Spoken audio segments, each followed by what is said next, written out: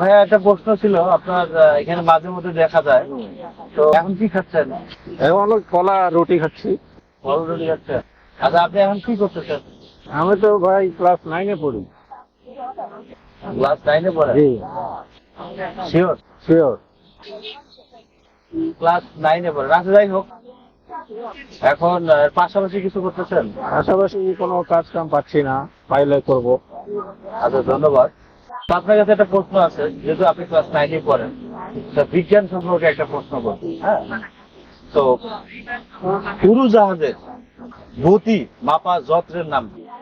এটা তো ভয়ানক প্রশ্ন, এটা তো উত্তর দিতে পারতেছি না ভাই। আচ্ছা, আমি বলি উত্তরটা। উড়োজাহাজের গতি মাপার যন্ত্রের নাম হচ্ছে টেকোমিটার। এটা কিভাবে মনে রাখবে? এটা মনে রাখার একটা টেকনিক বলে যে এইভাবে মনে রাখলে সবার মনে থাকবে। এটা মুখস্থ করতে হবে, টেকোমিটার টেকোমিটার এইভাবে। এবার মুখস্থ করতে হবে। এখন তারপরে একটা টেকনিক, আপনার সময় 30 সেকেন্ড, 30 সেকেন্ডের মধ্যে আপনাকে বলতে হবে এটা কিভাবে আমরা মনে রাখতে পারি যেন সবার মনে থাকে। ওটা ওই যে সবার মনে পড়াশোনা না থাকে। পড়ি, যেভাবে মুখস্থ বিদ্যা পড়ি ওইভাবে মুখস্থ করতে হবে, টেকোমিটার।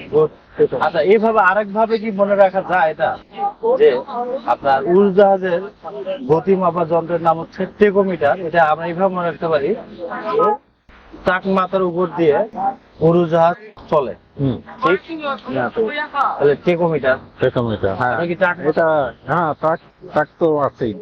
তাহলে তো মিলে গেছে আপনার সাথে। মিলে গেছে। তাহলে কি কিভাবে মনে রাখবো আমরা? ট্রাক মাথার উপর দিয়ে চলে উড়োজাহাজ, তাহলে টেকোমিটার। টেকোমিটার, এটাই সহজ।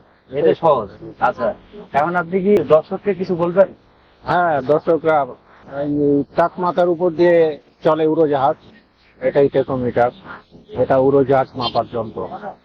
আচ্ছা, ঠিক আছে। তাহলে উড়োজাহাজের গতি মাপা যন্ত্রের নাম, হ্যাঁ, টেকোমিটার। তো আপনাকে অসংখ্য ধন্যবাদ। আর দর্শকের উদ্দেশ্যে বলবেন যে হচ্ছে আরো কোনো ভাবে? না, এটাই সহজ পদ্ধতি, এর উপরে আর পদ্ধতি নাই, এটাই সহজ।